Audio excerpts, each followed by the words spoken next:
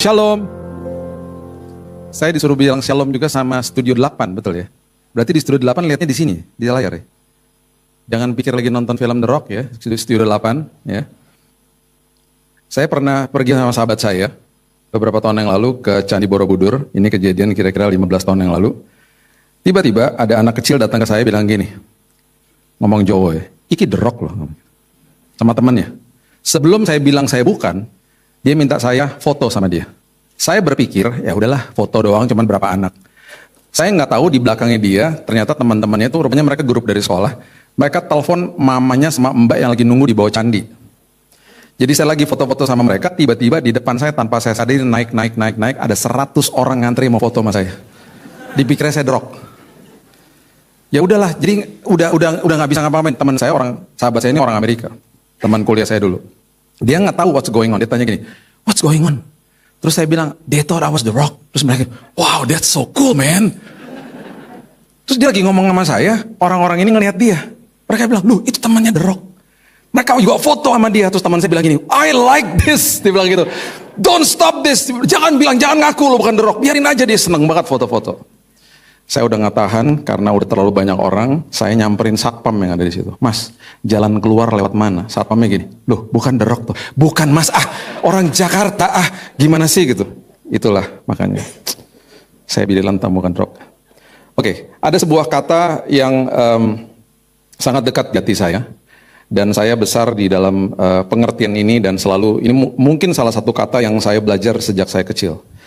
Dan kata ini adalah kata Immanuel. Dan di Alkitab, kata ini hanya diberikan kepada 2 orang. Dan dua orang ini dikasih tahu sama Tuhan bahwa arti daripada Immanuel itu memang penyertaan Tuhan. Hari ini kita perlu sadar, kita juga perlu membedakan kehidupan kita dan perlu pertanyakan kepada kita, diri kita. Apakah saya orang Kristen atau saya orang agama Kristen? Kalau orang agama Kristen, seringkali dia terjebak di dalam ranah agama. Dia sikapnya kepada Tuhan pasti berbeda dengan orang Kristen yang adalah pengikut Kristus. Salah satu perbedaan yang mencolok begini, orang agamawi akan selalu berdoa kepada sosok ilahi yang lebih tinggi daripada dia dan dia menantikan jawaban doa. Tapi orang Kristen yang paham bahwa hubungan dia dengan Yesus adalah segala-galanya, Yesus datang gak pernah bawa agama, yang dia kejar selagi menunggu jawaban doa adalah penyertaan Tuhan. Karena itu momen yang paling indah yang terjadi dalam hidupnya. Orang Kristen akan sadar begini, jawaban doa Tuhan sudah siapkan. Tidak, iya, tunggu, atau A dikasih B. Kapan Tuhan kasihnya, terserah Tuhan, itu waktu yang terbaik Tuhan sudah siapkan buat kita. Itu kedaulatan Tuhan.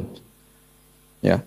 Jadi yang dia kejar adalah, selagi saya menunggu jawaban doa, saya akan kejar penyertaan Tuhan. Selagi nunggu jawaban doa, saya akan alami keintiman, saya akan diubahkan, saya akan bertumbuh di dalam kerohanian saya akan punya yang namanya karakter yang tahan uji nantinya.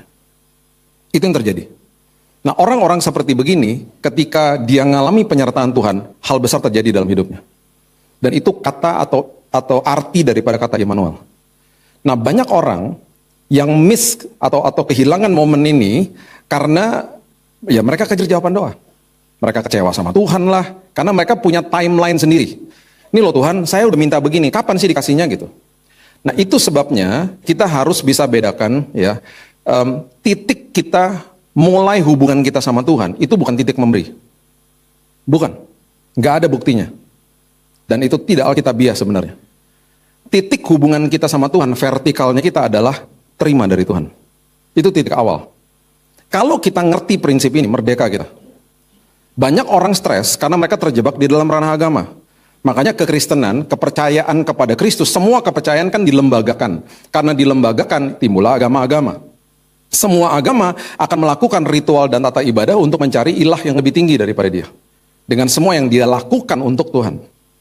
Itu sebabnya ketika kita mulai dari titik memberi, stres lama-lama. Karena kita nggak pernah belajar terima. Udah terlalu banyak contohnya. Makanya kalau dia bisa bicara sama Marta dalam bahasa yang kita ngerti hari ini, dia akan ngomong begini, udahlah kamu tuh jangan pelayanan-pelayanan, duduk dulu seperti Maria, terima dulu dari saya, baru kamu penuh di dalam sini, baru kamu bisa memberikan yang terbaik. Nah karena juga sering kali didengungkan dari atas mimbar, ayo Bapak Ibu berikan yang terbaik. Kita juga bingung, berikan terbaik apa sih berikan terbaik? Apakah saya ikut ibadah, saya nyanyi, saya dengerin khotbah, saya kasih persembahan, saya pulang dengerin doa berkat, terus saya katakan saya udah ibadah, saya udah berikan yang terbaik dari 1,5 jam di GSJS misalnya. Ini hanya bagian kecil kita duduk di sini. Kita di charge di sini kembali. Nah akhirnya ketika vertikalnya tidak belajar terima, kita mau memberi kepada Tuhan, pakai upaya-upaya kita semuanya, kosong toh di dalam sini. Nah, horizontalnya ketika berhubungan sama manusia, kita pasti mau menerima karena kosong. Itu sebabnya manusia menuntut manusia yang lain. Perhatikan prinsip ini. Kalau kita belajar terima dari Tuhan, posisinya terima. Terima itu berarti apa sih? Namanya juga menerima Yesus sebagai juru selamat atas hidup saya. Keselamatan itu dimulai dengan itu padahal. Dengan kalimat itu, saya menerima Yesus sebagai juru selamat atas hidup saya. Berarti apa? Kita terima kado terindah dari dia. Ini postur hati loh ya. Postur hati dan pikiran kita ketika kita berjumpa atau kita berdoa kepada Tuhan. Makanya setiap pagi, ya, kalau saya bangun pagi itu saya selalu mulai dengan terima kasih Tuhan. Kebaikan-Mu tiada tara. Hari ini pasti indah karena Tuhan sudah siapkan yang terbaik bagi saya. Itu postur hati kita. Dan itu adalah prinsip yang juga saya ajarkan kepada anak-anak saya. Jadi saya tidak pernah nuntut mereka untuk melakukan apapun. Oke, saya kasih tahu tentang kehidupan regulasi rumah tangga, itu pasti. Tetapi saya tidak mau kesannya nuntut sama mereka, karena saya terlebih dahulu mau menunjukkan kasih Bapa di sorga kepada mereka. Anak-anak saya nggak pernah nyuruh untuk mereka pelayanan. Nggak pernah. Tapi hari ini dua-duanya melayani Tuhan, karena mereka punya kerinduan untuk melayani Tuhan. Dan salah satu sebabnya adalah sejak mereka dari kecil, kami selalu pelukin mereka setiap hari. Dan kami bisikin, I love you.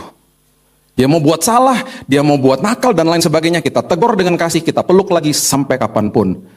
Aku sayang sama kamu. I love you. Tapi aku ngecewain Daddy. Daddy kecewa sih kemarin, tetapi kamu tetap kesayanganku. Tadi pagi yang berangkat pelayanan bukan saya duluan dari rumah. Tadi pagi anak saya yang kedua, kita udah bangun dari jam 4 pagi. Jam 5 sebelum dia berangkat, kita keluar kamar, kita berdoa sama-sama dia. Dia lebih berangkat duluan daripada saya. Saya sebelum ini tadi ada ibadah jam 8. Jam 5 dia udah jalan. Ngapain? Dia pelayanan di gereja. Dengan senang hati dia lakukan itu. Gak ada yang nyuruh. Anak saya yang pertama setiap bulan khotbah di 2 gereja. Gak ada yang nyuruh. Mereka bilang sama dirinya, aku mau memberikan yang terbaik buat Tuhan. Kenapa? Karena mereka belajar menerima yang terbaik. Ketika hidupmu penuh di sini, gak ada yang suruh, engkau akan berikan yang terbaik. Bahkan teman saya bebas dari narkoba gara-gara menerima kebaikan Tuhan lewat bapaknya. Oh, dia kalau mabok dia pulang, papanya bukain pintu kalau malam. Dia muntah ditemenin sama bapaknya. Bapaknya cuma bisikin ke dia, nak, Tuhan Yesus sayang sama kamu. Papa sayang sama kamu. Papa buatin teh panas ya, nak. Papa tidur sama kamu ya, papa belai rambut kamu ya, nak. Dipelukin dia. Dia bilang sama saya, Bill, gue gak pakai rehab, Bill. Gue narkoba parah, Bill. Gue gak pakai rehab. Gue lihat Yesus berbulan-bulan dari hidup bokap gue, Bill. Gue lihat kasih Tuhan, gue terima. Satu hari gue bangun pagi. Gue bilang gini sama diriku, gue gak mau lagi narkoba. Gue gak mau lagi menyusahkan hati orang tua. Gue gak mau lagi mengecewakan Tuhan. Ketika gue terima yang terbaik, penuh gue di dalam sini, Bill. Akhirnya dengan sendirinya gue memberikan yang terbaik kepada Tuhan. Itu Tuhan. Makanya dimulai dari titik menerima. Baru bisa memberi. Baru kita bisa jadi termostat bagi orang lain. Kita bisa menjadi orang yang akhirnya bisa memberikan kenyamanan bagi orang lain. Dan kita mengambil keputusan mau jadi orang yang tepat bagi orang lain. Akhirnya gitu kan. Karena udah penuh. Kalau kebalik, kita akhirnya mau memberi kepada Tuhan, kosong di dalam sini, akhirnya kita nuntut manusia. Akhirnya kita gampang tersinggung lah, karena orang semuanya salah sama kita udah. Gampang marah lah. Semua dituntut akhirnya. Bahkan akhirnya timbul kalimat yang sering kali kita dengar. Biasanya di kalangan jomblo, saya lagi menunggu orang yang tepat dalam hidup saya. Yang masih jomblo, adik-adik itu semuanya mitos. Gak ada orang yang tepat. Yang ada Tuhan yang tepat bagi kita. Yang ada bahkan kita harus membalik itu semuanya. Selagi saya jomblo, saya harus mempersiapkan diri buat nanti pasangan saya. Karena saya harus jadi orang yang tepat buat dia. Itu yang benar. Kebalik-balik akhirnya kan. Nah, satu hari di sebuah kerajaan Yehuda yang ibu kotanya Yerusalem, memimpinlah seorang raja yang namanya Ahaz. Dan Ahaz ini dikepung sama 2 kerajaan, kerajaan Aram sama kerajaan Israel, saudaranya sebenarnya. Israel itu ibu kotanya Samaria, Yehuda ibu kotanya Yerusalem. Jadi dia dikepung sama 2 raja ini. Dia ketakutan. Di setiap beberapa kerajaan itu pastinya biasanya Tuhan menempatkan seorang nabi yang ada di situ. Nah, Nabi Yesaya yang mendampingi Ahaz, dia katakan begini kepada Raja Ahaz, dan ini luar biasa. Yesaya pasal yang ke-7, ayatnya yang ke-10. Mengatakan begini. Yesaya pasal yang ke-7, ayat yang ke-10. Dimulai dari ayat 10. Tuhan melanjutkan firman-Nya kepada Ahaz. Katanya, mintalah suatu pertanda dari Tuhan Allahmu, biarlah itu sesuatu dari dunia orang mati yang paling bawah, atau sesuatu dari tempat tertinggi yang ada di atas.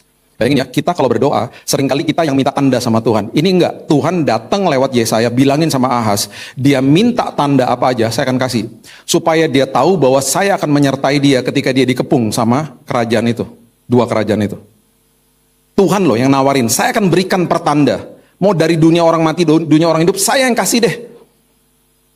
Ini respon daripada Ahaz. Ahaz menjawab ayat 12. Aku tidak mau meminta. Dan dia katakan, aku tidak mau mencobai Tuhan. Dengan kata lain dia bilang begini, udahlah gak usah ngerepotin Tuhan. Kenapa dia ngomong begini? Karena rupanya pada saat dia dikepung, ada sebuah kerajaan pada saat hari itu yang merupakan adidaya, istilahnya Amerikanya lah pada saat itu gitu ya, yang namanya kerajaan Asyur, yang tentaranya begitu kuat, begitu luar biasa, ketemu sama dia dan ngomong gini, udah lo sama gue aja, gue bantuin deh, lo dikepung, udah gue bantuin, lo gak tahu siapa gue. Siapa yang gak tahu Asyur pada saat itu? It's a mighty kingdom. Jadi waktu dia lihat apa yang dia bisa lihat dengan mata jasmani, dia bilang ini, ya udahlah, gue sama dia aja deh. Jadi dia bilang ini, udahlah gak usah ngerepotin Tuhan. Karena Tuhan dia gak bisa lihat kan. Ini udah pasti-pasti aja lah. Dia ngomong gitu. Perhatikan ayat 13. Lalu berkatalah Nabi Yesaya, baiklah dengarkan hai keluarga Daud. Karena dia keturunan Daud memang. Belum cukupkah kamu melelahkan orang? Sehingga kamu melelahkan Allahku juga, Allahmu juga. Maksudnya gini, melelahkan orang itu gini, kalau kamu ngambil keputusannya salah, dengan seturut dengan rencana Tuhan, kamu akan ngerepotin orang lain. Jadi jangan pernah berpikir bahwa dosa saya yang tersembunyi nggak akan ngerepotin orang lain. Oh pasti nanti akan ngerepotin orang lain. Dosa itu busuk soalnya. Dosa yang kita simpan akan merusak orang lain juga, akan ada dampaknya buat orang lain. Terus dia bilang begini, aku juga nggak mau, kamu juga nanti akan melelahkan Tuhan. Melelahkan Tuhan bukan secara letterlek melelahkan Tuhan, bukan. Maksudnya gini, ujung-ujungnya kalau kamu udah mentok juga, kamu lari ke Tuhan juga kan. Contoh, kita misalnya jalan di sebuah perjalanan. Terus kita sadar nih, aduh salah jalan nih gua. Kita pasti akan cari U-turn atau putar balik yang pertama, betul nggak? Putar balik yang pertama, saya mau segera putar balik. Kalau kita lihat putar baliknya dan kita masih ngelewatin, kita masih bilang gini, udahlah nanti aja di depan aja putar baliknya. Sama-sama juga sih balik ke jalan yang benar, tetapi yang rugi siapa? Kita. Rugi apa? Rugi waktu. Makanya Alkitab bilang apa? Sadar dan bertobat. Sadar dan bertobat. Kalau udah sadar, segera U-turn. Jangan ditunda, ketaatan tuh jangan ditunda gitu loh. Merugikan diri kita sendiri, akhirnya begitu. Itu maksudnya. Nah kemudian Nabi Yesaya mengatakan begini. Sebab itu, ayat 14. Bayangin ya, Tuhan mau kasih tanda, ditolak sama dia. Tetapi Tuhan tetap kasih anyway. Tuhan tetap bilang nih, udah kamu nolak, udah tapi saya tetap akan kasih sama kamu tandanya. Saking gitunya loh Tuhan mau nolong dia. Terus Tuhan bilang begini lewat Yesaya. Sebab itu, Tuhan sendirilah yang akan memberikan kepadamu suatu pertanda. Sesungguhnya, seorang perempuan muda mengandung 700 tahun lagi setelah saya ngomong ini. Dan akan melahirkan seorang anak laki-laki. Tuhan yang mau menolong kamu, satu hari 700 tahun dari sekarang, dia akan menjelma jadi manusia. Segitu hebatnya dia. Dia adalah Tuhan yang nanti akan menebus semua dosa manusia. Dan dia akan menamakan dia Immanuel. Banyak orang menolak penyertaan Tuhan karena fokusnya jawaban doa. Dia kehilangan momen yang sangat indah. Kenapa ada kalimat Immanuel? Karena Tuhan lagi kasih tahu sama dia, kalau kamu ngalami penyertaan saya, walaupun kamu nggak bisa lihat, kamu akan ngalami sesuatu yang sangat indah dalam hidupmu. Kamu akan ngalami keintiman sama saya. Kamu akan berubah karakter kamu. Karena yang paling penting itu bukan jawaban doanya. Makanya waktu saya sembuh dari sakit, orang-orang bilang ini, Bill, lu dapat kesembuhan, mujizat kesembuhan saya sembuh dari kanker darah, kalau belum tahu. Saya divonis mati 3 bulan tahun 2019. Saya disembuhkan Tuhan dalam hitungan 1 bulan, kadar kanker yang 85% di dalam darah saya, dalam hitungan 1 bulan, 0% hilang. Itu mujizat lah, terlalu banyak ceritanya. Nah, ketika orang tanya gini, bilang gini, Bill, lu dapat mujizat kesembuhan? Bukan. Mujizat yang gue terima, saya bilang sama teman-teman saya. Gue, istri gue, dan 2 anak gue diubahkan Tuhan selama lagi perjalanan iman itu. Yang namanya kesembuhan tuh bonus, Tuhan tinggal balikin tangan sembuh. Yang namanya perubahan karakter memerlukan respon dari sini. Yang namanya penyertaan Tuhan memerlukan respon dari sini. Orang sering banyak ngomong begini, penyertaan Tuhan, kita amin-amin aja. Coba kita ngalami. Kita renungkan deh. Selagi nunggu jawaban doa, itu kan penyertaan terjadi di situ. Itu kehilangan momen indah. Banyak sekali orang kehilangan momen indah karena banyak yang bersungut-sungut. Yuk jadikan sikap hati kita hari ini, Tuhan, aku memang masih nunggu jawaban doa. Tapi buat aku puas, walaupun aku belum dapat jawaban doa. Buat aku puas, buat aku terpana dengan firman Tuhan. Buat aku makin mengerti isi hatimu, karena itu yang paling penting Tuhan. Percuma dapat jawaban doanya kalau kita nggak berubah. Percuma, jadi percuma kan semuanya. 700 tahun setelah itu, hal yang dinubuatkan terjadi. Dan kata Immanuel yang berikutnya hanya diberikan kepada 2 orang di Alkitab. Itu diberikan kepada seorang pria namanya Yusuf. Matius pasalnya yang pertama, ayat yang ke-20 sampai ayat yang ke-23 mengatakan begini. Matius pasal yang pertama ayat 20 mengatakan begini. Tetapi ketika ia mempertimbangkan maksud itu, malaikat Tuhan nampak kepadanya, kepada Yusuf maksudnya, dalam mimpi dan berkata, Yusuf anak Daud, sama-sama keturunan Daud, Ahas juga keturunan Daud. Janganlah engkau mengambil Maria sebagai istrimu, jangan engkau takut mengambil Maria sebagai istrimu, sebab anak yang ada di dalam kandungannya adalah dari Roh Kudus. Ia akan melahirkan anak laki-laki dan engkau akan menamakan Yesus, dialah yang menyelamatkan umatnya dari dosa mereka. Hal itu terjadi supaya genap yang difirmankan oleh Nabi, kalau saya bisa samakan Nabi Yesaya, 700 tahun sebelum ini. Sesungguhnya anak darah akan mengandung, melahirkan seorang anak laki-laki dan mereka akan menamakan dia Immanuel. Dan di sini dipertegas, Allah menyertai kita. Bapak Ibu, Maria mendapatkan penglihatan yang secara fisik. Malaikatnya masuk ke rumahnya Maria, kasih pesan itu. Jadi dia lihat secara fisik, pakai mata nih sendiri. Jadi lebih mudah untuk Maria percaya. Kemudian dia ada waktu lagi untuk merenungkan apa yang malaikat bicarakan kepada dia, katakan kepada dia di rumahnya Elizabeth. Yusuf enggak dapat perjumpaan fisik. Yusuf didatengin di mimpi. Dan pada saat itu kondisi dia sangat-sangat sulit karena sebagai pria, sebagai orang Yahudi yang melakukan pertunangan sangat sakral karena kalau sampai ada yang hamil, untung ada penjajahan Romawi. Mereka bisa dirajam sama batu. Romawi itu mengandung sebuah prinsip namanya Pax Romana, artinya udahlah damai-damai aja gitu. Jadi akhirnya hukum-hukum Taurat itu beberapa keredam sama mereka. Tapi tetap aja ada faktor yang malu lah dan lain sebagainya. Sekarang saya mau tanya, kita punya teman, kita kenal sama cowoknya lah misalnya, yang baru tunangan, kita baru tahu dia tunangan. Tiba-tiba satu hari kita lihat, lah kok tunangannya perutnya gede gitu ya. Kita ngomong sama dia, bro, tunangan lu hamil. Terus dia ngomong gini, iya sih, tapi bukan dari gua. Terus dia ngomongnya tenang lagi. Dia gak ada sedih-sedihnya gitu. Tapi bukan dari gua. Dari siapa? Dari Roh Kudus. Kita ngomong apa? Lu cek jiwa lu deh, kayaknya lu agak error ya. Lu agak lain hari ini ya gitu. Either kita gak percaya atau kita anggap dia gila. Makanya bagi saya, Yusuf itu adalah protektor daripada rencana Tuhan. Dia ambil resiko yang sangat berat. Dan dia bilang, aku percaya Tuhan. Selagi aku menjalani perjalanan hidup yang gak mudah, aku percaya Tuhan.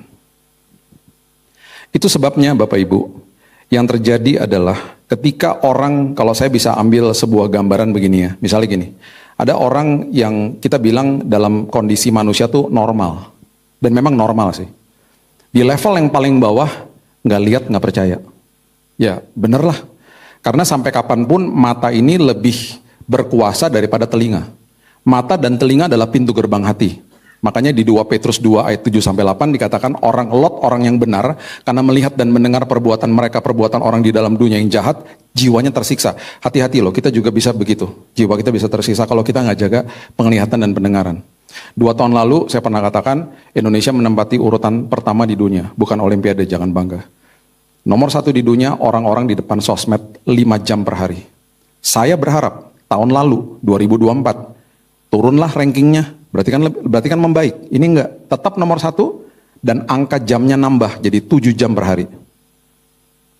Kecuali jemaat GSJS pastinya ya. Ini muka-muka yang muka aman lah di sini ya. 7 jam per hari. Ngapain coba? Terus kalau diteliti lagi, itu diklik per 12 menit sekali orang Indonesia.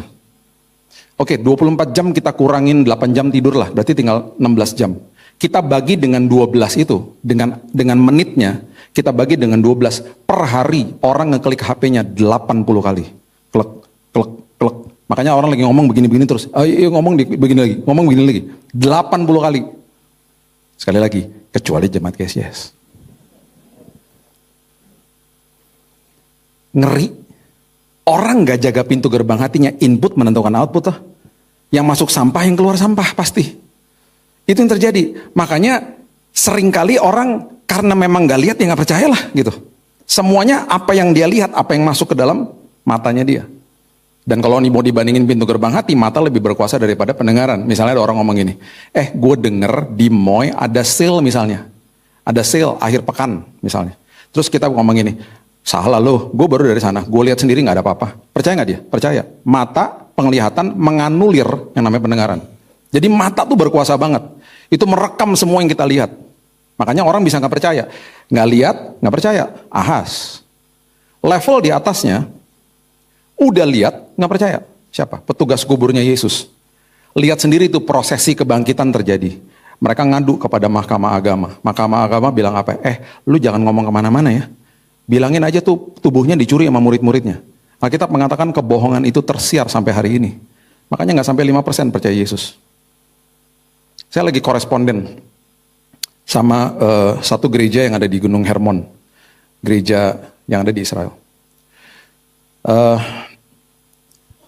Mereka menawarkan 1 bulan pembelajaran bahasa Yahudi dan juga pandangan orang Kristen Yahudi yang hidup di sana tentang apa yang terjadi di Israel dari sejarahnya sampai hari ini. Ada pelajaran 1 bulan. Saya lagi koresponden, saya nggak tahu kapan mau perginya, tapi itu sesuatu yang sangat menarik. Nggak sampai 5%. Saya mau tahu, saya mau tinggal sama mereka, sampai saya bilang istri saya pengen banget pergi duduk sama mereka. Karena saya berkali-kali ke sana, yang saya lihat ya masih banyak Taurat-Taurat yang terjadi. Bayangin, hari Sabat aja orang masih keluar dari rumahnya, ngomong sama temannya, tolong dong masuk ke dalam rumah gue. Kenapa? Tolong nyalain AC. Emang lu gak bisa nyalain sendiri? Kan Sabat, gue gak boleh pencet remote. Tolong nyalain AC ya gitu. Nanti malam yang matiin siapa? Ya ntar gue cari orang lagi. Sampai ya, mereka tuh kadang-kadang tidur di luar. Karena gak ada yang matiin AC-nya, kedinginan di dalam. Mereka tidur di teras akhirnya. Sampai itu terjadi sampai sekarang. Itu yang saya lihat terakhir tuh di Nazaret. Masih kayak begitu. Ya, udah lihat, gak percaya. Level di atasnya. Ini manusiawi semua. Lihat, baru percaya. Ya manusiawi juga lah. Siapa? Thomas. Yohanes 20 ayat 29 mengatakan begini. Yohanes 20 ayat 29. Kata Yesus kepadanya, karena engkau telah melihat aku, maka engkau percaya. Kalimat berikutnya, ini adalah kalimat buat saudara dan saya. Yang Yesus katakan begini, berbahagialah mereka. Berbahagialah kita semua yang ada dalam ruangan ini. Yang tidak melihat, namun percaya. Itu level yang paling tinggi. Itu level yang paling luar biasa. Dan kata berbahagia itu adalah makarios bahasa aslinya. Artinya blessed. Kita adalah orang yang sangat diberkati ketika yang kita kejar adalah penyertaan Tuhan yang kita nggak bisa lihat secara fisik. Kenapa? Justru ketika kita percaya, dia akan tunjukkan kuasanya hari lepas hari. Oh, saya lihat itu di rumah sakit. Saya bilang sama Tuhan, Tuhan, tunjukkan kuasamu.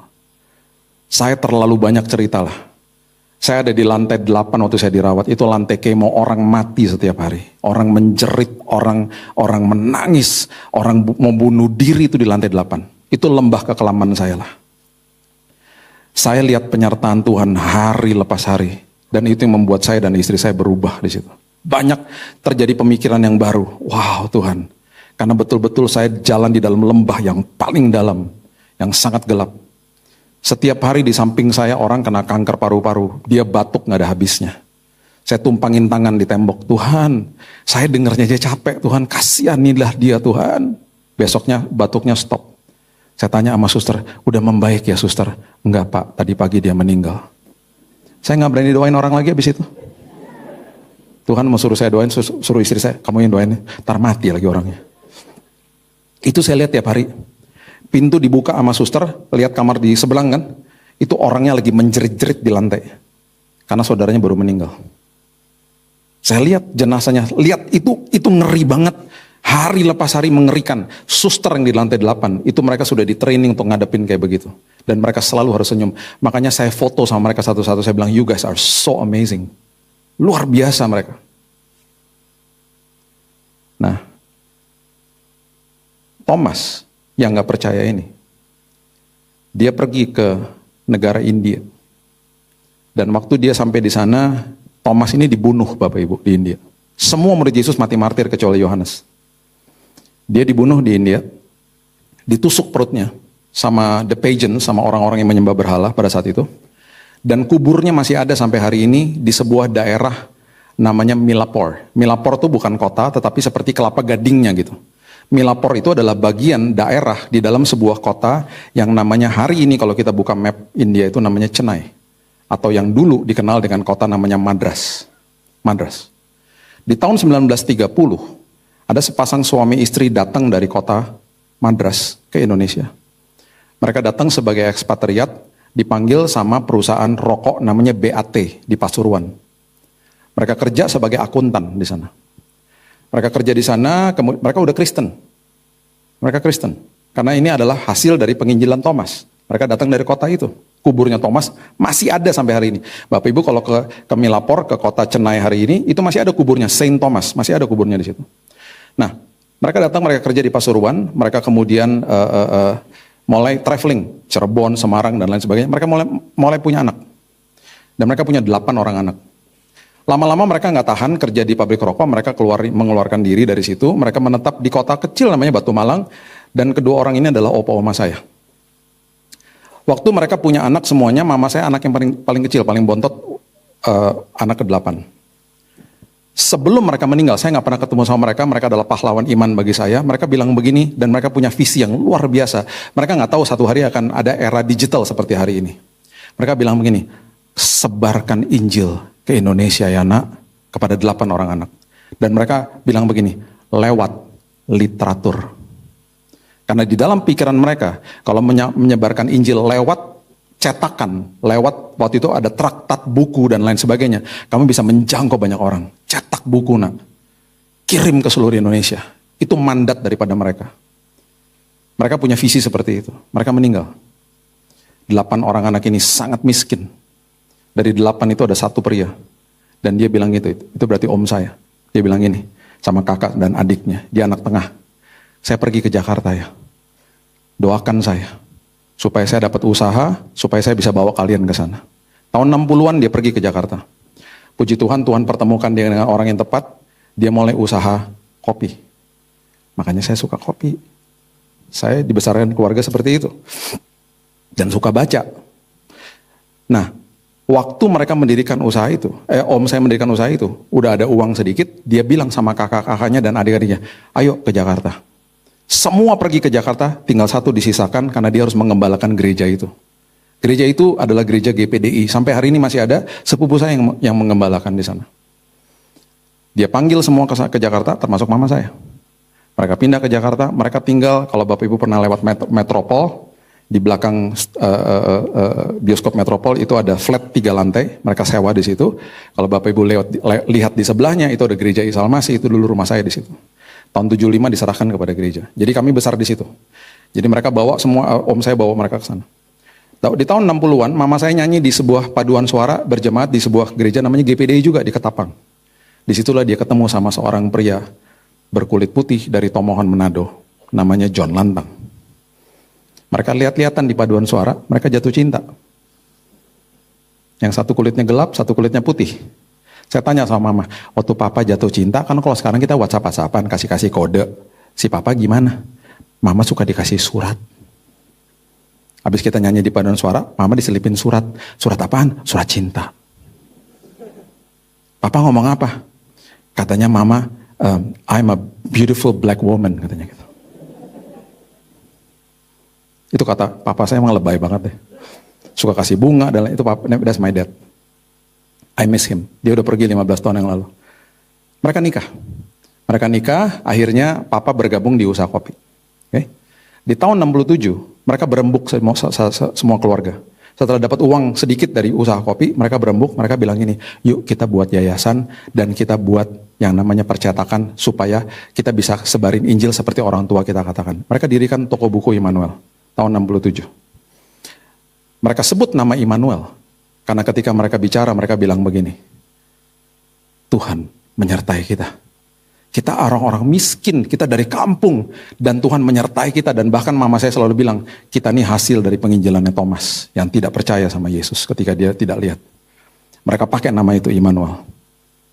Mereka mulai dirikan toko buku, dan mereka bilang gini, yayasan ini akan bantu hamba Tuhan. Mereka sudah berdiri 57 tahun, 58 tahun ini. Dan tidak pernah mereka mau minta-minta dari orang. Mereka bilang, kita harus buat bisnis unit, supaya keuntungannya bisa kita bagikan buat pendeta-pendeta. Mereka mulai buat toko buku kecil di Megaria. Dulu namanya Megaria, sekarang Metropol. Mereka buat di situ. Mereka kembali mandek. Mereka nggak bisa ngapa-ngapain karena bisnis kopinya biasa-biasa aja. Di tahun 71 Bapak Ibu. Mereka lagi di ruangan kerja mereka. Saya masih ingat ruangan kerja itu. Tiba-tiba mereka dapat telex. Adik-adik yang nggak ngerti telex nanti buka YouTube aja ya. Telex itu seperti tempat komunikasi. Jadi waktu itu kan bayangin ya, nggak ada WhatsApp, nggak ada telepon genggam, nggak ada email, nggak ada gitu-gituan. Yang ada telex. Jadi telex itu kalau dikirim berita masuk ke sebuah mesin seperti mesin ketik gitu ya. Nanti kertasnya ada tulisannya gini, beritanya masuk. Kadang-kadang kalau salurannya mandek dia berhenti bentar. Terus tulisannya, kita kan bacanya pelan-pelan gitu. Baca sambil nulis terus sampai di ujung. Oh iya.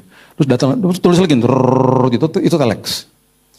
Satu hari mereka dapat telex dari sebuah gerai kopi kecil di Seattle. Mereka bilang begini, gerai kopinya, tolong kirimin kami dong sampel kopi dari Indonesia, katanya gitu. Terus ditanya mau sampel kopi apa? Kita dengar Sumatera enak katanya. Ya udah deh, dikirimin kopi Sumatera. Saya nggak pernah lupa, papa saya ngepakin kopi biji Sumatera di garasi. Saya ngomong gini, Pak, buat siapa? Ada orderan dari Amerika. Di mana tuh Amerika? Saya tanya gitu. Gak tahu, jauh katanya. Itu papa saya ngomong gitu. Di tahun 71. Saya gak mau kasih tahu saya umur berapa di tahun 71. Tua banget ya. Udah, Pak Billy udah ada tahun 71. Udah ada. Terus dikirimlah ke sana. Singkat cerita. Terjadi deal karena mereka suka dengan kopi Sumateranya. Dan tiba-tiba satu hari saya ngeliat truk besar banget di depan rumah. Saya tanya sama mama gini, itu truk apaan mah? Mama bilang gini, itu isinya traktat sama buku. Loh, katanya gak ada uang. Iya, kemarin yang dari Amerika itu udah bisnis deal, udah sign kontrak, kita dikirimin dolar sama mereka. Jadi sama papa sama om kamu dijadikan buku, dibuatin buku sama traktat. Sekarang kita mau kirim ke daerah-daerah. Wah, puji Tuhan, luar biasa. Itu jadi kesaksian mereka. Bapak Ibu, gerai kopi itu Bapak Ibu pasti tahu, hari ini menjadi sebuah gerai kopi terbesar di dunia namanya Starbucks. Dan mereka yang kirimin telex itu tahun 71. Dan saya pernah mungkin yang pernah ke Seattle pasti pernah ke Jalan Pike Place, ke gerai kopi yang pertama, itu masih ada di sana, kecil tempatnya. Logonya masih mereka pertahankan pakai logo zaman tahun 71, masih coklat bukan hijau. Dan orang-orang ngantri masuk ke dalam situ. Karena mereka cuma mau foto dan mereka mau beli gelasnya yang ditulisannya The First Starbucks. Ada gelasnya, mereka selfie keluar, ngantri orang di situ. Saya satu hari, saya berkali-kali udah ke sana, saya ngobrol sama GM-nya. Saya kasih tahu tentang sejarah ini. Dia bilang gini, kami tahu, kami dengar itu. Tapi sayang ya, telexnya udah nggak ada. Kalau ada kami mau taruh di museumnya Starbucks. Bapak Ibu, saya cuma mau kasih tahu ini. Di tahun 71, ketika teknologi sama sekali sangat minim, Tuhan pertemukan anak Tuhan dengan sebuah usaha yang bisa mendatangkan kebaikan bagi kerajaan sorga. Itu namanya penyertaan Tuhan. Itu namanya Allah Immanuel. Jadi kalau kita bilang sama Tuhan, Tuhan apapun masalah di depan saya mau fokus sama penyertaan Tuhannya. Saya mau fokus sama Allah Immanuelnya. Karena saya percaya ada orang yang tepat, ada kesempatan yang tepat yang Tuhan akan pertemukan saya. Sehingga Tuhan bawa saya terus naik dan tidak turun. Itu penyertaan Tuhan. Itu sebabnya jangan hilangkan momen-momen seperti itu. Ya, saya tutup sama ini ya. Satu hari saya mau ada khotbah di Pacific Place di hari Selasa malam. Dan kalau dari rumah saya di pusat mau ke selatan berarti kalau kita tahu lah rush hour hari Selasa pasti 1 jam. Saya keluar dari kamar jam 6 sore karena ibadah jam 7 di Pacific Place. Saya ke meja, biasa di meja depan kamar saya itu tempat kunci mobil. Kunci mobil nggak ada. Kunci mobil kalau nggak ada, itu berarti biasanya ada di tas istri. Masalahnya tas istri nggak ada karena istri juga lagi nggak ada. Jadi saya mulai panik. Aduh, Ini pasti kebawa sama dia. Saya telepon, sayang kamu di mana? Aku lagi meeting. Kamu jangan ganggu-ganggu. Tunggu dulu. Lihat dulu di tas kamu ada kunci mobil nggak? Terjadi mengheningkan cipta sebentar. Tiba-tiba ada suara begini, Tuhan Yesus. Kalau dia bilang Tuhan Yesus berarti kunci ada di sana. Aduh sorry banget. Ke bawah. Udah aku tenang, aku gojekin. Nggak bisa. Kamu gojekin 15 menit, I'm gonna be late. Saya akan pasti telat. Udah, saya naik gojek aja. Atau nggak saya naik gokar. Masalahnya gokar di jam 6 sore nunggunya suka lama. Kan itu rush hour. Bener, saya waktu ngecek, tiba-tiba saya udah mikir nih 15 menit. Saya pas mau cek gitu, saya lihat waktunya, aduh lama nih waktunya. Terus saya sempat matiin. Dan tiba-tiba saya pencet lagi. Saya coba lagi, kalau sampai nggak bisa, saya mau naik motor aja. Saya pencet, tiba-tiba dalam hitungan nggak sampai 1 menit, tintin di depan rumah. Ih, cepat banget udah nyampe gitu. Seolah-olah Tuhan udah kirim. Saya segera masuk ke mobilnya, saya masuk, by the way saya di aplikasi Gokar, saya nggak pakai nama saya. Jadi saya masuk, supirnya begini.